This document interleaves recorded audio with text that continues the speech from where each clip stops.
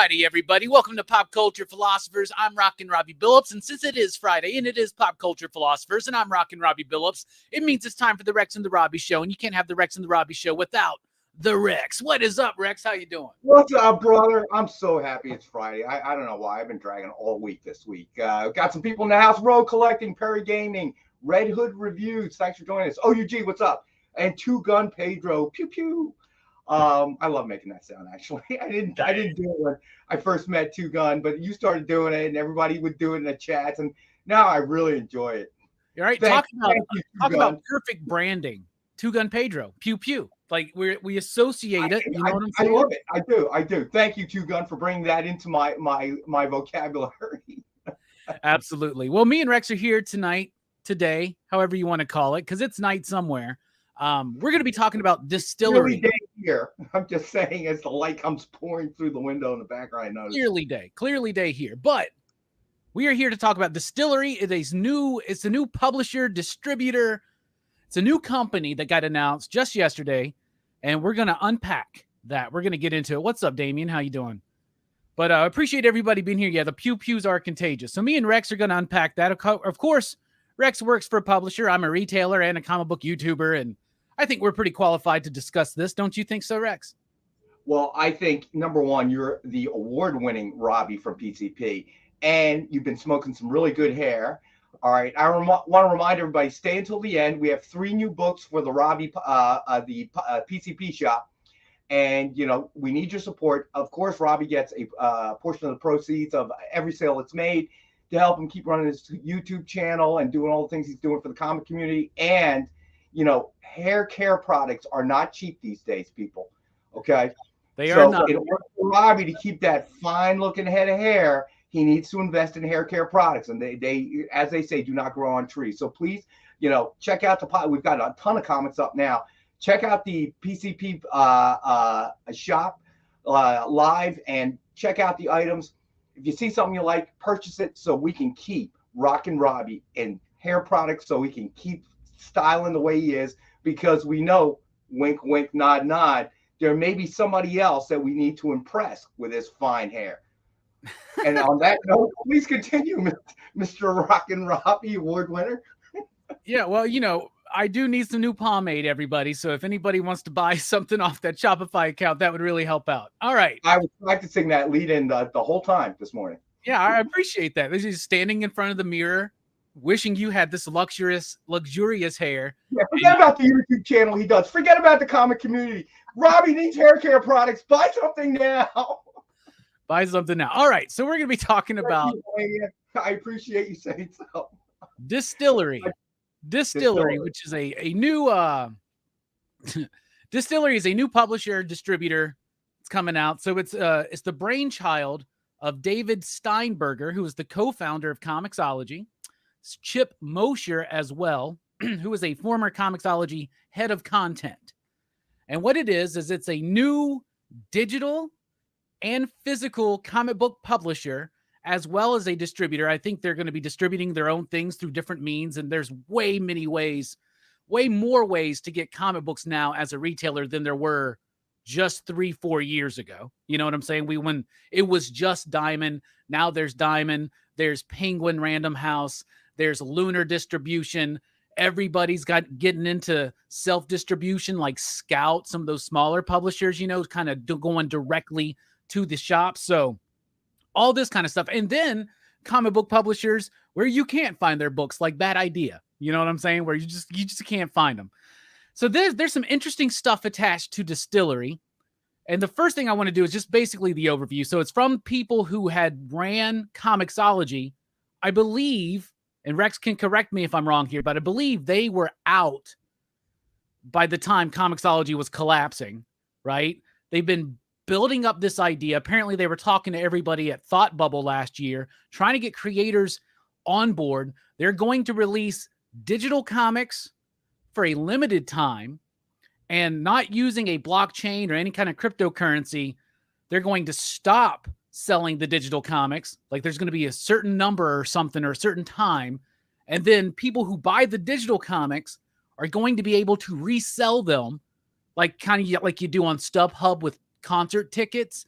And so then demands or whatever. However, the creators involved in Distillery, and the most annoying thing to me about Distillery is they like did that thing where it's like, let's just take all the vowels out of our name. So it's DSTLRY, and you're like, what is up with this? Okay, anyway. Worse than that, this is not unpacking, you know, its implications to the comic book world and publishing, everything else. I take exception with the choice of the name. When I hear Distillery, I'm thinking about something else, and I kind of resent that. Okay, but with that being said, okay, I can dig that. All right, I don't care about the vowels. After the 3 bourbons in, who cares about vowels anyway? And so, yeah, so they're going to release things physically as well, and apparently it's a more premium format, more pages, allowing creators to have the room to do what they want to do. Everything that the creators do is up to them. The creators own their work, right? And they also, within the first 3 years, the creators involved in the first 3 years of this company will own and will share an equity in the company. And they said that they reserved 3% of the company to distribute amongst the first 3 years of creators, and that will be distributed and allocated according to the success of people. Basically, they're saying if you help build our brand, you get a piece of it. They also are creator-owned books. These are just some of the creators attached to the first wave. Mirka Andolfo, Brian Azzarello, Becky Cloonan, Jamie McKelvey, Jock, Joelle Jones, Tula Lotay, Stephanie Phillips, Scott Snyder, James Tynan, and Ram V. Well, that's a murderer's row of talent, if you will. And I am always on the side of the creator. Obviously, this is a business. The publisher's got to make money. But just like we talked about last week with baseball, doesn't mean that just because publishers are making money that the creators can't. We've heard the stories. We've unpacked these stories about Jack Kirby, about what the Image guys did to kind of try to change the game. Does this feel like another kind of watershed milestone Image moment? Does this feel like something that's going to actually bring comics into 2023? I'm all for the idea of creators owning their work, having a stake in the company that they help, build up, right? That's some really interesting stuff going on.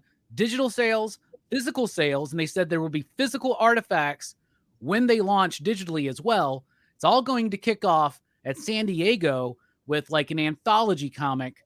But that's kind of the brief rundown of what this company is. And for instance, I said the digital comics are only available for a limited time. And then you can resell them. And if you resell your digital comic, the creators get a cut of that. So that's pretty interesting to me. It's a whole new kind of thing, but it's using the same kind of building blocks that publishers have used for decades to be successful, with some slight tweaks: the creator ownership, the limited digital catalog, but not doing it in NFT things. It seems like they really thought this one out. Rex, I want to know, what do you think overall? And you out there in the chat, what do you think? I like a lot of what they're doing. Okay, so as you said, the concept of digital comics being available for a period of time and then unavailable, and then you can sell your digital comics. I like that in the sense that it seems like they're taking a page out of the NFT book, saying, okay, well, inevitably everything is going to, no matter how much we fight it tooth and nail.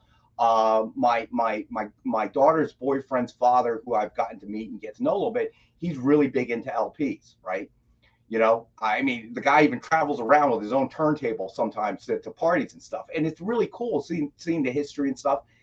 But how long is this going to hang on? You know what I'm saying? I mean, at this point in time, ultimately, most music has moved to a digital platform. So how long can that possibly hang on? There's always going to be some stores, whatever. So I think realistically, we've touched on this topic periodically. What's happening in physical books. People like the smell of the newsprint. They like the smell, the musty smell of old comics. I agree with all of that. But in actuality, how long can we hold on to that wave of technology that's coming through, right? So inevitably, I see this as a losing battle, kind of like your VCRs and your DVDs, and you can hold on to it, but eventually it's going to shift. So I like what this distillery's done. They found a way to kind of marry the two. Okay, we're not saying it's an NFT, okay, per se, that's collectible. Kind of NFTs almost felt like they were collectible for no apparent reason. You know, certain ones went, certain didn't. People jumped into the market, surprised they didn't sell. You know, it was kind of just, there isn't really anything collectible about it other than this is the first time anything of this kind of technology has been made collectible.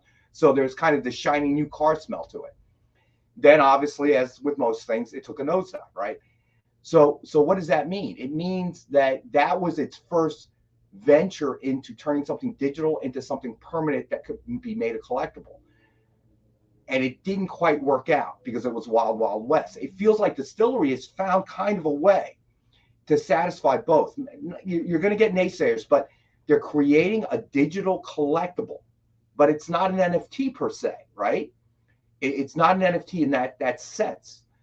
So I think that's new and novel. I like, you know me, I'm a big supporter, you know, whether it be creators in comics or athletes or even artists, that there are certain rights to stuff that you create that some corporation has gone off and made billions upon billions of dollars with based on your idea. And there seems to be no, you know, we always go back to Kirby because he's the most vivid example, but that you could create something that in years and years to come, and almost in perpetuity, it's going to continue on, and your beneficiaries never get anything. And that there is some sort of inherent, I don't know, inequality when you know the guy's a poor, struggling, just comic book creator, and he's trying to feed his family, and you know he's got to pay the next power bill and water bill, whatever, and he's forced to sign a contract and accept money, and then all of a sudden this thing blows up beyond anybody's imagination, and he's got no recourse. Okay, years and years later, you know, after his death, they come to some sort of minor settlement. You know, all in all, the Kirby family probably got less than what the two entities spent on attorney's fees. Okay, now, you know, there's something wrong with that. But by the same token, what the distillery is suggesting, it's a step forward. Like Curt Flood got punished, man, even though he was the precursor of Major League Baseball. He did not make $1 bajillion. He did not have the most fantastic career. Baseball essentially blackballed him in an unspoken way. And he was the pioneer. So that guys like an Alex Rodriguez, a Shohei Ohtani, you know, guys like this can make the kind of money that they make. So I'm hoping Distillery isn't that, but what I see is that, you know, without knowing the details of their arrangements, obviously, I see some inherent things that might go wrong. So if all the various creators under one umbrella are going in different directions, who decides the direction of the company, and who in the company is going to say, well, we actually don't like that idea too much? Okay. It's not like every creator creates something as an immediate success, right?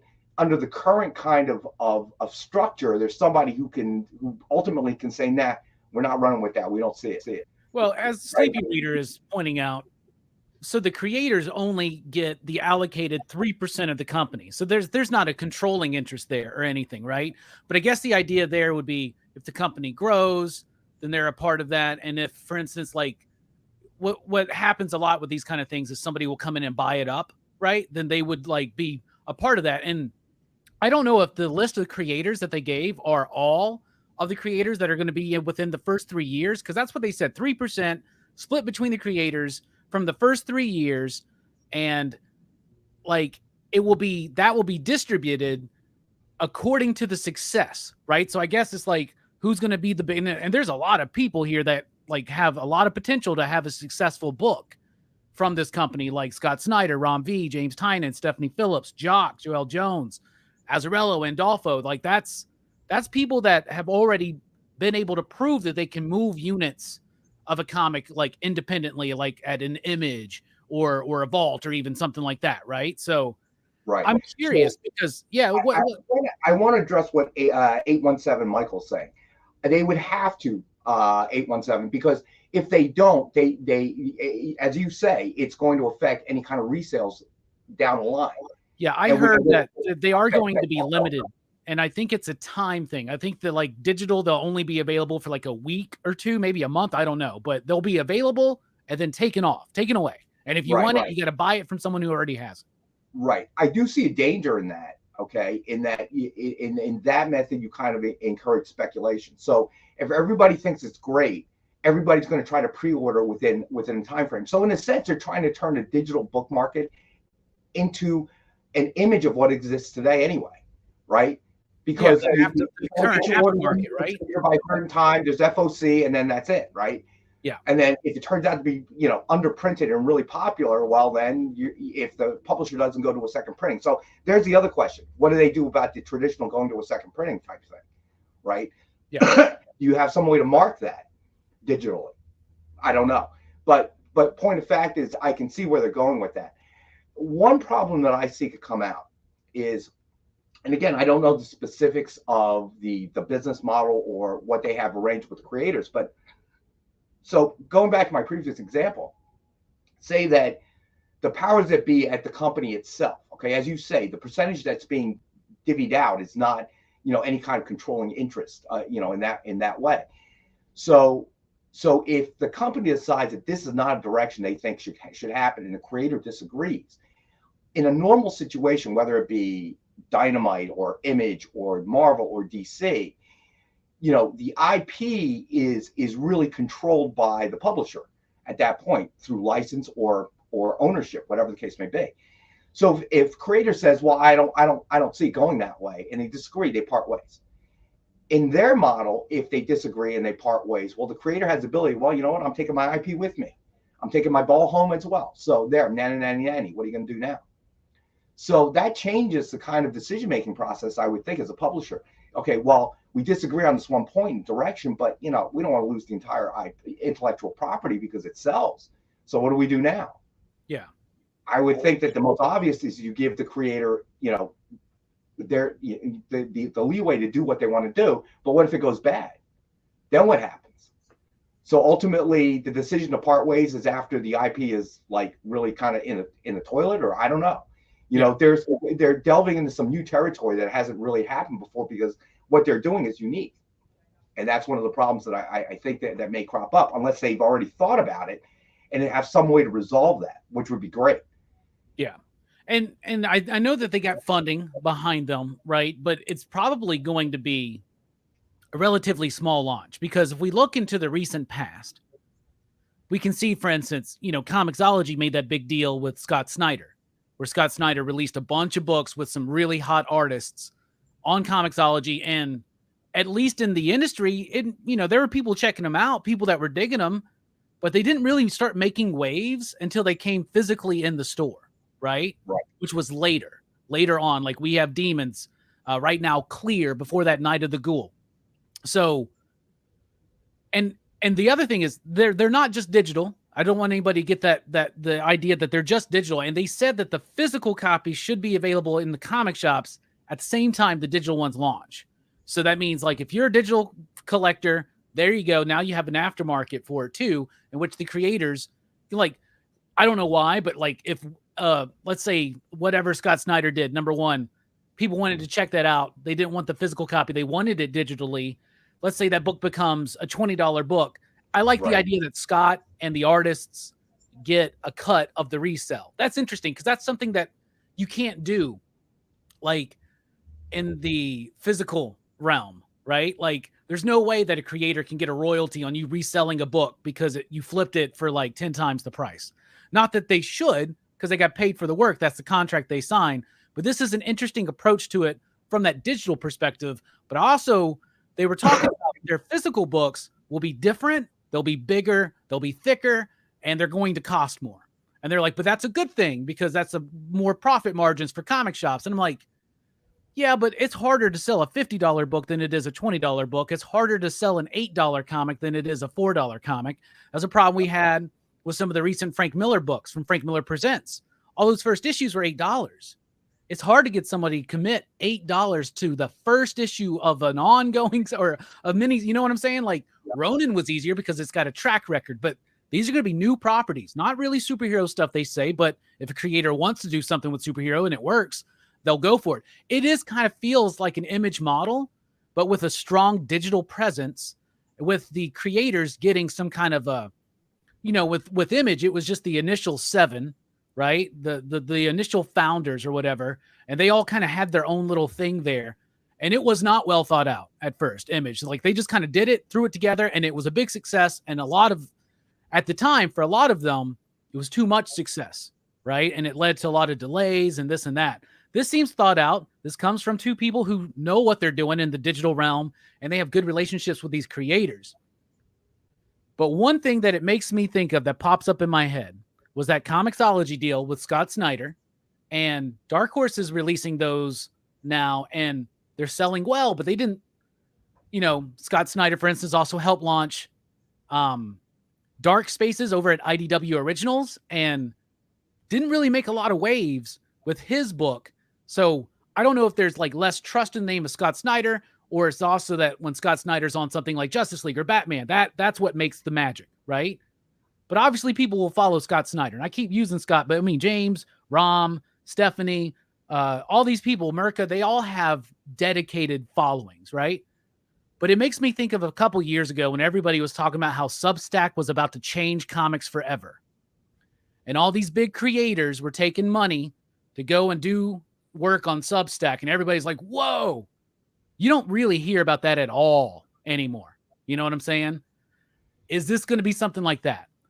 I'm worried that they're going to invest a lot, that I think it's well thought out. I love the appreciation they have for creators, giving them a part of ownership, not just of their work. Obviously, they own the work, but also being able to own a little bit of that company, right? In case something big happens, who knows? But is it just going to be something that comes and dips out? You remember when everybody thought Whatnot publishing was going to be a big deal, and they haven't really moved a lot of numbers, except for on Whatnot.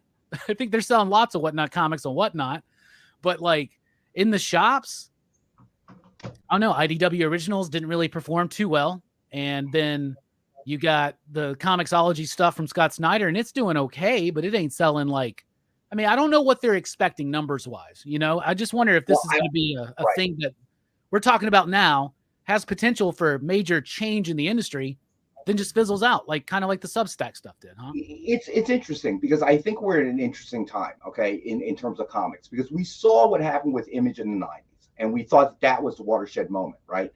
So it happened, and then McFarlane went off and to do his thing. Jim Lee, entered the world of corporate in a sense, and Rob Liefeld, went off after partying, all that, living the life of the rock star, and went off to to live his life, and then nothing seemed to happen, right? Some people, there seemed to be, with Death of Superman, Breaking of Batman, there seemed to be a period of time where Kelly Jones, obviously Dan Jurgens, Jerry Ordway, they were kind of making that kind of money that we let's call it quote unquote Kurt Flood phenomenon. And then there seemed to be a bit of a drop off, right? Nothing was really going on. So now we're at another moment where it looks like they're trying to make that happen. I don't know, okay? Because here's the problem, and going back to another sports analogy, because obviously this has sort of happened with sports much earlier on. Let's move to basketball, the super team concept, right? So first super team concept I think we ever saw in the NBA was the Miami Heat, right? With Chris Bosh, LeBron James, and Wayne Wade, right? And that worked, right? They took home the championship. It worked. Then we look at the Brooklyn Nets, okay, of the past year, okay, and that did not work, even close. All right, it was a train wreck. Actually, the Nets were doing better after they managed to get rid of all their superstars, right? How about the Lakers' recent troubles and they say that as well. All right, LeBron, and they get rid of Russ, and all of a sudden now they're making a good push, and like you just can't put it. Not everything is the dream team, it ain't 1992. Right. So I think you kind of touched on the danger here with Scott Snyder, the examples that you had there. So now, okay, so now we all agree we have the Kurt Flood moment. The players should get what they deserve. Then all of a sudden it breaks open. And what do you think happens? All right, and I don't know anything specifically, but let's imagine what happened throughout the ranks of Major League Baseball during that period of time. Okay, all of a sudden there were a bunch of players who thought, man, now I'll finally get paid what I'm worth. And nobody's negotiating, and all of a sudden you have to find out what you're worth. And it's probably a little disappointing because you could always hide under the guise that the owners won't pay us. You know, I deserve so much more. And then when the chains are broken loose, yeah, certain ones are getting what they deserve. But what about these others?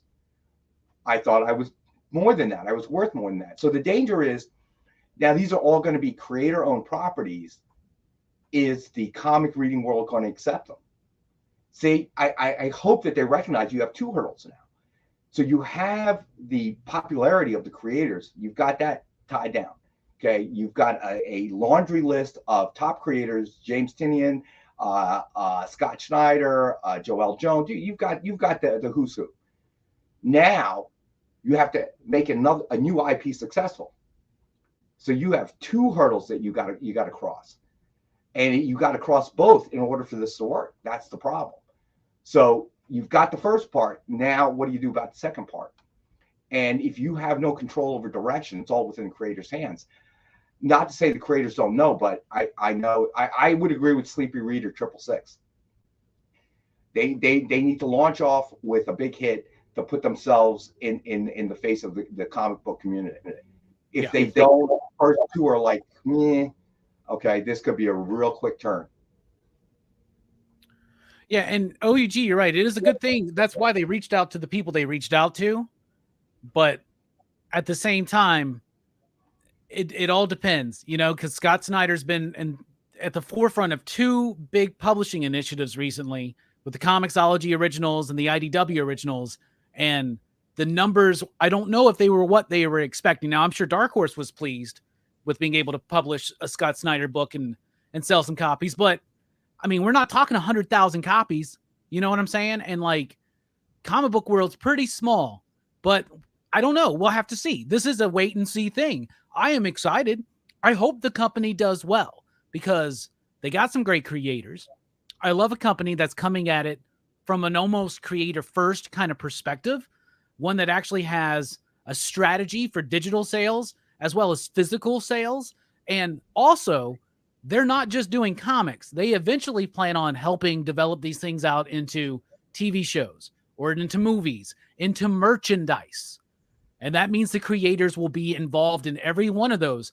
And that's something that a lot of people don't, you know, think about. But, like, if you create a character and they sell a toy or a statue or t-shirts, like, people don't get cuts of that stuff usually. You know what I'm saying?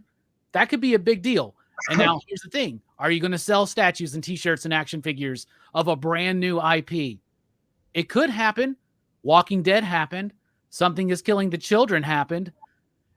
They don't happen often, but if you're going to get something like that, having these creators working with full creative control, I think gives you more of a chance than anything else. That's what made Image work. Those creators at that time were hot. They knew what their audience wanted, and they gave it to them. I want to respond to that, though. But okay. I do want to respond to Mark McGrath. Yes, Asia was the greatest band of all time, period, end of story. Anyway, all right, so now that we've dealt with that issue, and we've hey, John Spilios, what's up, buddy? All right, so the Image period was different, okay? Think about it. Because during that period, there was not a lot of indie publishers at all. It was the big two, okay? They controlled the vast majority of the market. Well, there were indie publishers, but it was not like today. Right, I mean, they wouldn't be today if it wasn't for Image. But, I mean, there were, like Malibu was around, and, like, you know, there was a lot of indie books from the 70s and the 80s, but we're talking like small little things, you know, like tiny. And what I'm saying is Malibu really didn't even get any traction until after the Image thing happened. So everybody rode on the coattails of Image when that happened. But when you think about it, there was nobody, no independent publisher. They were so small, they're not even worth mentioning at that point in time, that could even come close to competing with DC and Marvel. But now, okay, words like IDW, Dynamite, all the indie publishers that are out there, Image just still, pounding away there. It's a common accepted thing, right? Whereas you look at the Diamond's previews during that period of time, it was predominantly DC, Marvel, DC, Marvel. Okay. Then the future, there's much more competition. There's much more competition in the indie world, in the non-mainstream superhero world, for sure. Correct. Yeah. So I think that Image had an advantage in the sense that it was a fresh kind of breath of fresh air. Okay. And they were young, all of them, which was also kind of a big thing. It was a new batch of creators, the Todd McFarlanes, the Jim Lees, the Rob Liefelds, and they're young and they're imaginative and look at the great stories. And we were even willing to kind of forgive Rob Liefeld when some of his pages looked a little lazy, like, Rob, you drew this after you came home from a whole day at Disneyland, didn't you, bro? Okay. You were tired, man. We could see. But we were willing to forgive that because it was such a breath of fresh air. And, I think we felt like it was time. Everybody had that kind of feeling, like stick it to the man type of feeling. Look, it's Image, coming out, the little guy, creators taking control, paying homage to Jack Kirby's of the world, that kind of thing. And that doesn't exist anymore. So I think that's a further hurdle. One thing is, you're right that there's a lot more independent publishers, with, like you said, Boom and Dynamite and Vault and Mad Cave and there's a lot more there, but Image wasn't competing with the Mirages of the world, right? Image wasn't competing with Tundra or Kitchen Sink or whatever. They were competing with Marvel and DC. And they did that really, really well at that brief time, right? But it was a different battle, a different game. Yeah. Okay, at that time. So that was it. They existed to compete with the big two. And they showed that, hey, look, with the right characters, with the right writing, with the right creator, okay, who is bringing notoriety to themselves, that puts it on the map. And that allows us to fight the big two. Stick it to the Robbie. To fight the big two, like, hey, this is what you've been missing. You've been missing content. You've been missing new characters. It doesn't always have to be Superman and Batman and the X-Men and Iron Man and whatever. Okay, we can give you all of that with new characters. And they fought a different battle. Now this battle is very different because now the comic book reading community is accustomed to indies. They're accustomed to that. All right. When Marvel had their little experiment with the cheapo paper, right, where the book would bend in half, closed. Okay. What did people immediately? Wow, the indies, heavier stock, So that battle's already been fought and won, or a treatise, whatever you want to call it, was made. Marvel and DC moved on to bigger, better things in terms of movies and stuff. So that kind of changed. So I don't see that as the same kind of battle. It's a different battle now. And what I think DSTLRY is fighting is, it's all going to come down to the content itself. Okay. That's the part that I hope that they realize, is that ultimately success or failure is going to depend on the properties and the content that you're pushing out. And if the fans don't like it, it's going to be a short ride. That's how I see it. Okay. The big names help. Having the who's who list. Now people are going to ask, it's just like, for lack of a better term, like any kind of sports analogy. All right. You get the big name. All right. We're expecting, these things. We're expecting this great things. You can't be a Ben Simmons, man. You come out and pay all that money, you turn out to be Ben Simmons. They will turn on you, man. They will turn on you. Yeah. The other thing is, talking about the 90s, when you had Image come out and it was very successful, or even before that, in the more smaller indie times in the 80s, when, say, you had Turtles come out. And then what did you have come out right after Turtles? A whole bunch of tiny little turtle wannabes, right? Mm-hmm. When Image hit, you had a whole bunch of people coming in. A lot of people coming out, grabbing up big names. What was the, oh my goodness, what was the comic book publisher that did, they brought Neil Gaiman in to do this book called Techno World or something like that? And those books sucked. Do you know what I'm saying? Because they would just basically pay a big name creator to give a concept, and then they would develop it and put out a trash book, because At that point, people were like, comics are money. Quality? What are comics or quality? We don't need to actually care about what we're doing as far as art. We just need to put out stuff because people are buying it, right? Good one, Mark McGrath. Adolescent radioactive black belt hamsters. Exactly. It almost feels like we're in that moment of copycat now where comics have been making some waves. Right. They've made billions of dollars in the box office. Walking Dead was a huge success.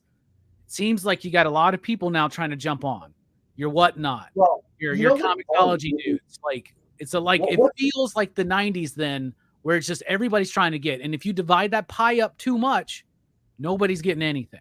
You know? I will say this: I do believe that the landscape is different than that period of time, and I'll tell you why. I believe that the speculators are gone. Okay, and I don't mean people don't speculate, but during that period of time, you had a heavy speculation from guys that came outside of the comic book industry. Okay, trading card dealers, everybody, once they figured out the secret, oh my God, I can pre-order this stuff from the distributor. Back then it was Diamond and Capital Cities, right? And they're like, oh my God, you couldn't do this with cards, right? So these guys are ordering, thinking I'm going to make a gold mine. You know, only I know this secret. No, you don't. But it's funny because you used the one example with Scott Snyder, and you said it's not like it sold 100,000 copies. Turok #1 sold over 1 million copies. And I remember reading an article later on that there were only, admittedly, less than 100,000 readers of Turok at any given moment. Even that was considered a high figure. So how in the hell did the pre-orders come in at over 1 million copies? Because speculators were in there pre-ordering. And that thing devalued almost immediately after FOC, man. It was crazy. And now there's still people that are collecting them up, thinking they're gonna. There's still this weird movement about collecting Turok. It's pretty funny to watch on social. And remember, it had a lenticular card. Who was the publisher back then? Was it Valiant? That was Valiant, yeah.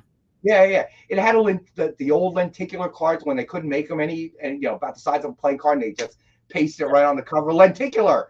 Yeah. There is there's a heavy speculative market right now with comics. Now, I don't think it's as destructive as it was in the 90s, because right now publishers I would say publishers are making some bad decisions based on speculation, meaning like with certain covers, like let's do a bunch of covers for something and that's unnecessary probably, or like, oh, everybody like this new Spider-Man character, let's introduce another one the next week and another one the next week, and eventually people are going to realize you're just trying to play into the hype, right? So there's a speculative market in comics that I think helps comics, but it's not as destructive as it was back then. So I do see your point there. Yeah, I think that anybody that's speculating on stuff that's coming out is a rather small percentage today.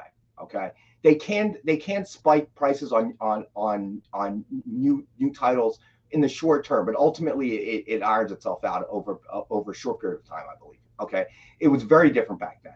You know, so I think the vast majority of speculation for people that aren't really comic fans or looking at it as investment is happening on CGC, gold and silver age level. Okay, because even if you're a speculator, your natural instinct is to look for some sort of security, and that's what graded silver and golden age comics provide. You know that there is more or less a kind of a straight line appreciation that will continue on, or it's a downline appreciation, but there really is no reason for that. Okay, that's the unique thing about comics. Anything that would cause it, like overprinting, no demand, any kind of issues like that, iron themselves out almost immediately after the title is released, if not before. So there isn't a heavy speculation. But back in the 90s, the problem was that speculators were ordering from the distributors, and that could significantly alter overall quantity, okay, on a particular title. When you have speculators, trading card guys who are ordering, herds and herds of them, and all of a sudden they get delivered and nobody wants a damn thing. Okay, speculators were wrong because they're all over ordering at the same time, driving the price down steadily.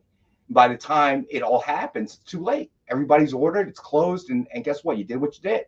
So now you got to eat the books. And then it has a secondary effect, because then the guy is businessman, so He doesn't want to hold on to dead inventory. So now he's got to turn it into cash however he can. If that means putting in dollar bins, selling 10 for $1. Okay, whatever the hell he's got to do to get rid of this inventory and convert it into cash, he's going to do, which then further depresses the price, obviously, right? So that was like a never-ending cycle, which then obviously caused the crash, and then we saw capital cities disappear, and then, and then for the longest period of time, Diamond was the only game in town. So now we're seeing a different age, a different kind of battle because of the digital aspect of it. And you see that throughout all of retail now, right? And then you throw in a pandemic in the middle of that, which is shaking things out, because now companies like Amazon and whatever heavily invested because buying habits had shifted because of the pandemic, and now it's shift back, so there's a heavy pendulum swing, I think, is what we've seen. So now Amazon and the rest of them are laying a whole bunch of people off. Why? Because I've been dying. I've been ordering my stuff, in-house for 2 years. I want to go outside. I want to see people. I want to even have road rage. I just want something. You know what I mean? So people are overcompensating. Will that balance out over time? Sure, it will. How long? Who knows? You don't know. So I think it ultimately we've been dissecting this. Ultimately, I think it's a good thing. I never think a new player in the industry is a bad thing, because new competition breeds originality, innovation, because when you have too many players that have been doing it for too long, people get complacent. That's what we saw in the 90s with the big two. So now there's somebody new, there's somebody who wants to try something different. I think it's encouraging, as you say, that the two heads have been part of the digital aspect of the market, which I think is going to be very important in the future. And they have tons of experience in that. So that's a positive. I think how to get the old system into a new age is going to be the challenge. And of course, the quality of the content. I think that the comic book readers out there, the collectors out there are, I'd say the 90s, there was an influx of people that were not very mature in the industry. I think through the years that the core comic book reader and collector is more mature, more knowledgeable. They know crap when they see it. And if just because you're attaching a big name, but you're gonna pump up nothing but crap out there, they're gonna turn on you in a heartbeat. They're gonna say, you know what? It was a great idea. We loved it. The concept was great, but dude, your comics are crap. Okay, we can't read it. So, but if they put out good content, I think this thing has some serious legs. Yeah, I'm right there with you. Any new player in the game is not a bad thing, and any time a publisher is starting off and wants to give creators control and ownership, that's cool. I mean, I think that's what I loved about Image. Image has never owned any IP. The company Image does not own any single IP. That has always been creator owned, right? And that's one of my favorite things about Image, and I think that's why Image is still one of the best publishers we have, because people want to create their best work when they have a stake. But I don't think that's going to work again. Okay, I look at Image at the time like I don't know, like ancient Greece. They were loosely bonded kind of city states. Yeah, that fell under one nation called Greece. Okay, or Image in this case. Yeah. Okay. Yeah, DSTLRY definitely seems like Todd McFarlane controlled Spawn and all of it. Okay, and Liefeld controlled his properties, all of it. So and they published under one label, Image, but they were really loosely connected republics, if you will. That's the kind of way I saw Image. I don't know if you could do that again. Yeah, this DSTLRY definitely seems more structured. Yeah. You know what I'm saying? But it's from people that worked for Amazon and Comixology, so. Yeah, but I agree with you. I think it's very positive that their first step is to at least, we can argue about the 3%. Is that enough? Is that too much? Whatever. But I think it's a good step. If it was for PR purposes, then so be it. But I think it was a good step to come out saying, hey, creator owned. They have a stake within the company. I think that's a good start. Now how it turns out, I don't know, but I think that's a good start. Now, the end of our conversation gave me another idea for another show. So if James Gunn doesn't do anything crazy over the next week, maybe next week we'll be talking about or what? I know. Maybe next week we'll be talking about. Maybe next week we'll be talking about speculation then versus speculation now. How they're different. That's a good one. I like that one. Yeah, that's a good one. All right. So the question is for you, viewers. What do you think about DSTLRY? A great gang of talent. Some structure to this company, creator ownership, creator rights, Let us know. What do you think? Let us know if you're watching this on the replay in the comments. And of course, everybody, thank you for being here in the chat. So I'm throwing out the Shopify link right now. Rex, why don't you tell us what we got on the Pop All right. So there's Philosophers 3 shop? new items. And keep in mind, any items that didn't sell are still on the site. So check it out. So today I decided to do a little horror theme because, I know how big a fan Robbie is of horror films. So we got the King in Black #1, signed in silver by Ryan Stegman. Let me see here. I usually have a sheet, and I'm so discombobulated this week. All right, so let's see here. It is number 10 of only 100 signed in silver. Anything that's signed or is a sketch cover will come with a certificate of authenticity from Dynamic Forces. Usually this retails for $69.99, and the PCP Shop special to help out Robbie, we have it for $30. Take a look at it. Great cover, and I love Stegman's signature. He makes it look like a Stegosaurus. See Yeah, where it's he's going? it's one of my favorite current signatures out there. It is pretty cool. I like when somebody takes that extra step. All right, then next up, The Walking Dead. We were just talking about that. #1, 10th anniversary special, signed in gold by artist Dave Stewart.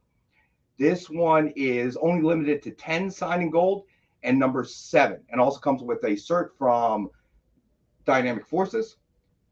And then finally, we always have a sketch cover. It's one of my favorites, and I know Robbie enjoyed it. It is where Deadpool Secret Wars #1, signed with werewolf cover sketch by Joe Del Beato and Mariano Nicieza, and as well comes with the cover sketch. And we have this one at the PCP Shop special price of $50. So remember, anything purchased off the site, portion of proceeds go to our buddy Robbie. And look at that hair. Come on, people. Hair products do not come free.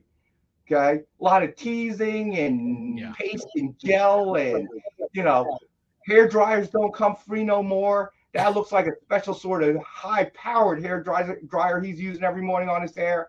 Come on. Don't let Robbie go bald. Buy some comics. Yeah, buy some comics, man.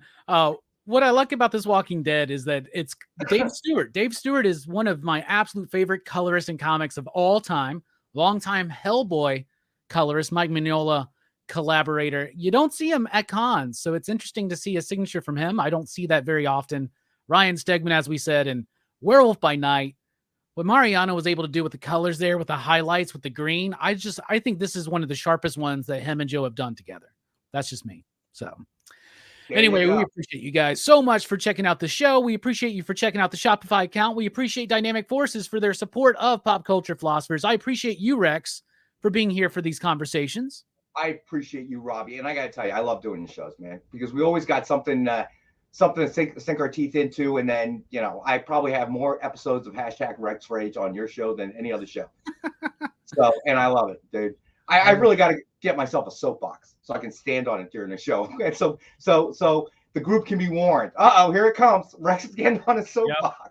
Yep. We need to go ahead and get you set up with one of those. Anyway, thank you all for watching. Let us know what you think of DSTLRY in the comments. We're dipping out. Station